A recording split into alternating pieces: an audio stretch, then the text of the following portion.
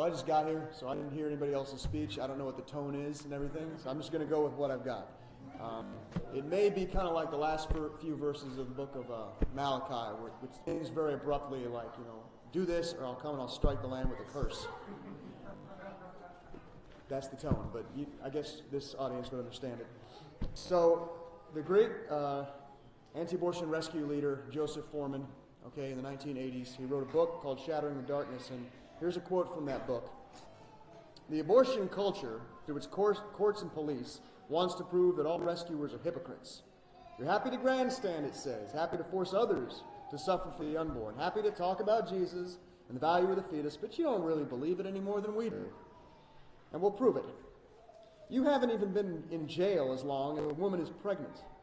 Now that your little stunts haven't worked, now that you're learning what it means to suffer for these children, you'll discover that you agree with us after all, that these kids, fetuses really, are certainly not worth suffering for. You watch. We'll show you in reality you're on our side, despite what you say. Just look at yourself. You will stop rescuing in order to surround yourself with the same comforts of the flesh that we surround ourselves with. And that's what we say about abortion and preserving the opportunity of the woman to surround herself with comforts equal to yours, even if it means her child must die today. So, I want to take a quick poll. Raise your hand if you want abortion to end.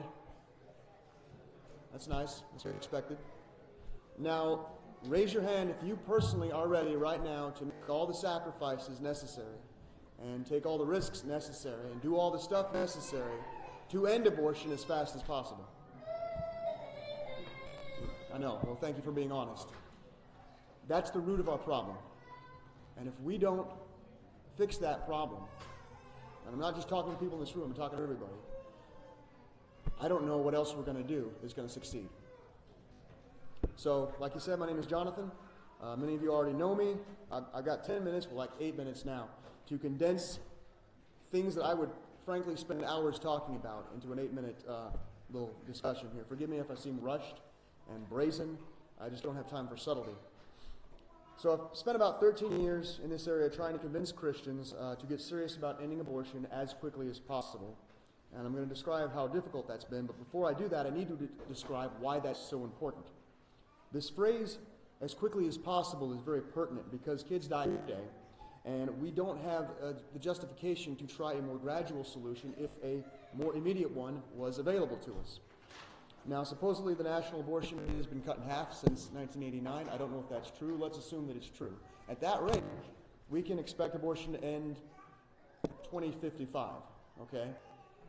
That's unacceptable. That's millions of more people who die just because we want to stay with stay the course. So we need to change what we're doing. This bill that's being proposed is a wonderful thing. If it's enacted, it will outlaw abortion from day one to the moment of birth. It's a step in the right direction, but I think we all know that what we really want is not for something to just be illegal, but to be abolished. And making something illegal doesn't necessarily mean it's not going to be practiced, especially with the advent of pill abortions. How are you going to police a pill that somebody takes in the privacy of their own home? You can't.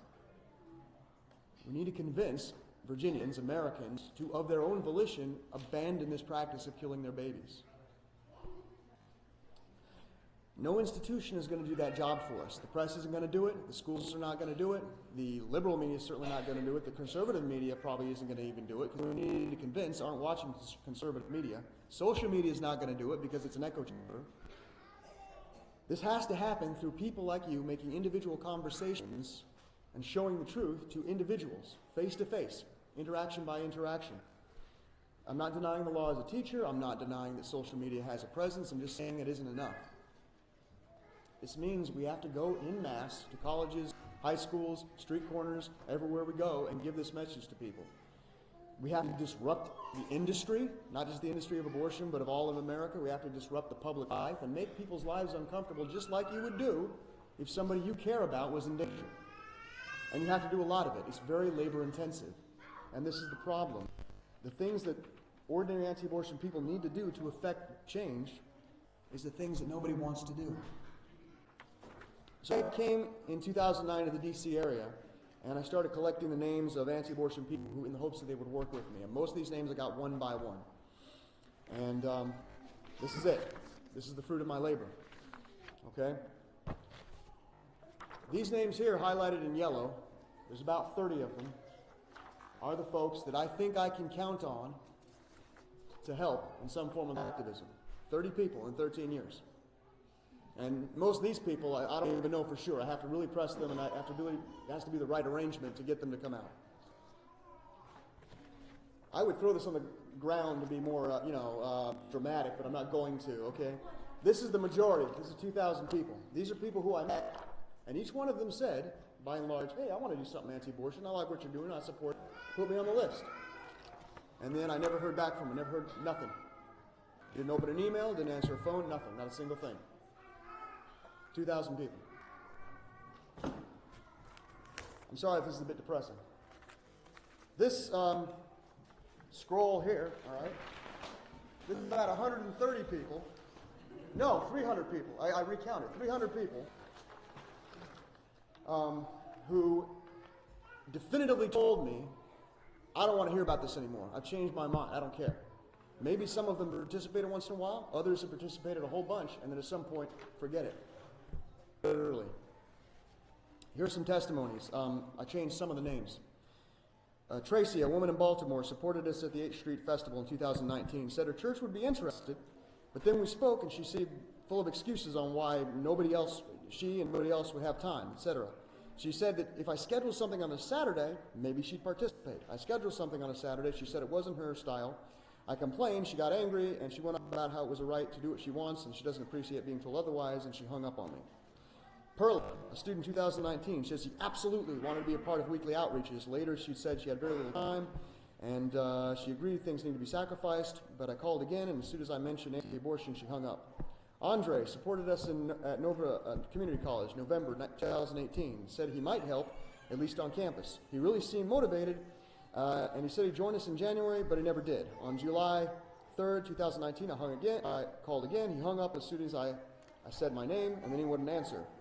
Aiden, 2000, very enthusiastic pro-life girl who supported us in September 2018 at Nova Community College, said she would absolutely participate, but her mother is a lawyer who is very risk-averse and doesn't want her to be involved in anything that might pose a physical or legal danger to her. Candy, one of my friends who had expressed interest but can't seem to get off her job enough to participate, did help at Woodbridge for a few outreaches in February 2020, but never afterwards, and in May 2020 agreed that she should be taken off our list, after which she began volunteering with a local megachurch. Tim, older man, joined us twice in April 2021. However, he seemed to have stormed off in anger when Susan corrected him for putting a sign in the wrong place, and then he doesn't talk to us anymore. Mike, one of the most enthusiastic, thoughtful people I've ever met, spent multiple hours listening to me talk about the Christian duty to end abortion, and he agreed with all of it, but then he abruptly decided he was only going to help maybe once a month if his church was also helping. We know how tenuous that is. Taylor, a girl who supported in Silver Spring, was okay with victim images, didn't want us to use them where I think it would be working, where it would work. Said she would be okay with working with us in April 2021, but canceled as I was already halfway to the location, helped once in May 2021, then had to leave early, even though she didn't tell me she had to. And the next time stood us up because she had some church thing to do, and then she stopped responding to calls and emails. I finally reached her in July 2020, and she said, or 2021, and she said she didn't have to participate anymore. She talked about prayer was most important. As I continued to reason with her, it was obvious it was pointless. And the list could really go on and on and on. I'm sorry how negative this sounds, but this has been the story of my life for about 13 years. Endless, constant excuses and reasons by Christian people who should know better, deciding abortion was not something they needed to do. We have a problem. We have a serious problem. And I've tried everything I can think of to rectify this situation. I've talked to multiple pastors, practically every pro-life pastor and priest, for some of the liturgical churches and denominations that I can find in this entire area. They would let me into the room. They'd let me into their office, but you heard the same thing over and over and over again. We support you. Go do it somewhere else. Everything seemed to be in competition with anti-abortion work, and everything seemed to be more important. The men's retreat, the women's retreat, the Christmas program, the Easter program, VBS, the softball league. There's not a single thing that these churches don't think is more important than ending abortion, except when COVID happened, all that stuff went away all of a sudden because it's more important to, Which means apparently that born people are more important than unborn people. That's what it means. A lot of them say, hey, our contribution is helping a local pregnancy help center. This dollar bill represents the sacrifice that the average church congregant makes to a pregnancy help center. This is it. This is their contribution, and that precludes any other type of work in the mind of most believers. And of course, we focus on the gospel, and we can't be distracted by lesser things like abortion, which is probably not what somebody would say if their life was being threatened. So eventually I gave up meeting with pastors, and I started standing outside churches with big signs calling them to repent of their apathy. I've used them at the March for Life, Christian conferences. I've used them at the all sorts of big events. You may have seen them. Sometimes congregants would come out and they'd talk to us. At the March for Life, people would talk to us, but as you can see, the results are still pretty weak. And meanwhile, pastors would call the cops on us. The deacons would come out and take our literature off of the cars that we had leafleted, tear them up, or otherwise put them away. Some of these guys at the churches, they never work harder than they do when they're trying to prevent their congregants from seeing or reading our message. And the same thing happened last Monday at a Christian music concert. People were on their phones walking in to spend 2 or 3 hours to watch Chris Tomlin. They don't want to see our images. They don't want to see it. Believers will spend thousands of dollars to fly across the world to go to a country they've never been to before. They don't know the culture. They don't know the language. They can't spread the gospel worth anything. Come home and talk about how great it was, but they won't walk across the street to save a child in danger. I don't know why this is.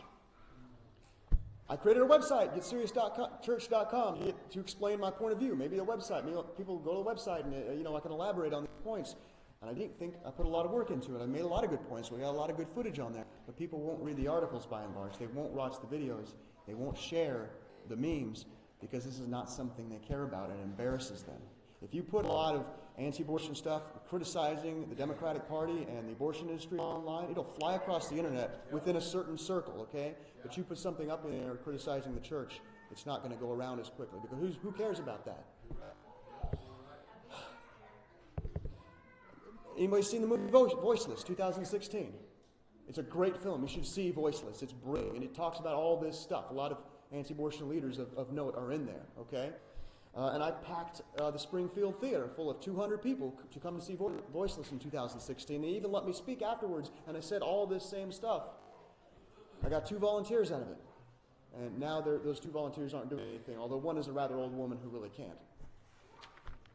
I don't know how to fix this problem, guys. I don't know what to do. I've tried practically everything. And the only remaining thing I can think of is that all of us need to model the type of lifestyle we hope the rest of the world starts leading. The bill is wonderful. The fact that you're here is wonderful. But if we can't live, I guess the secular phrase is be the change you want to see. If we can't start doing that, how can we expect anybody else to do it? So, that being my statement, I hope this wasn't too depressing. I don't want to completely depress you. I just want to warn, just like at the end of Malachi, there is an other. If we do not do such and such, God will come and strike the land with a curse, and it'll probably start with us. Thank you very much. Available for discussion afterwards. Thank you.